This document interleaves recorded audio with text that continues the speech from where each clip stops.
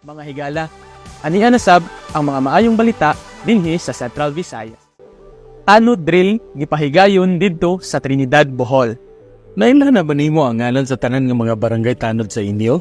Kasagaran ng pagpili sa tanod, depende rin din taon sa kang kapitan nga si Mood. Sila ang magirubing sa mga kadalanan, maggukod sa mga kawatan, magbantay sa kalinaw ug hapsay, ug ang unang emergency responder sa barangay. Kung may sunog, ang tanod halos mo na isugnod. Kung may disco, ang tanod ang ibala didto. Kung may away, ang tanod usab ang tahugon kanunay. Sa laktod nga pagkasulti, ang barangay tanod may hatsoy permi.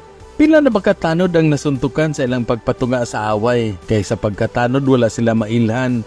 Pila na nabulalan sa karambola. Ang tanod din taon bunog kay naapil sa pagpangulata. Dinhi sa Trinidad Bohol, ang tanod nga saliganan gipasundayeg sa katawhan. Sa Matag Foundation Day sa lungsod, manggimartsa ang mga naka-uniforme nga tanod. Ordinansa na dinhi ang pagpaila sa mga tanod ug ang pagpasundayeg sa ilang katakos nga sa command mosunod. Agi og pag-aagat nga maghago sa pagbantay sa kalinaw kahapsay. Gihatagan sila honorarium sa lungsod ug uniforme sa barangay.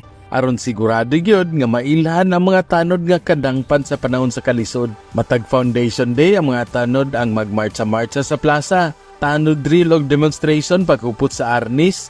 Aron bisag way armas nga gihuptan, ang may kutsilyo dali ra nilang kadisarmahan. Gikan sa Trinidad, Bohol, alang sa maayong balita Central Visayas, kini si Ray Antonicio, PIA Bohol.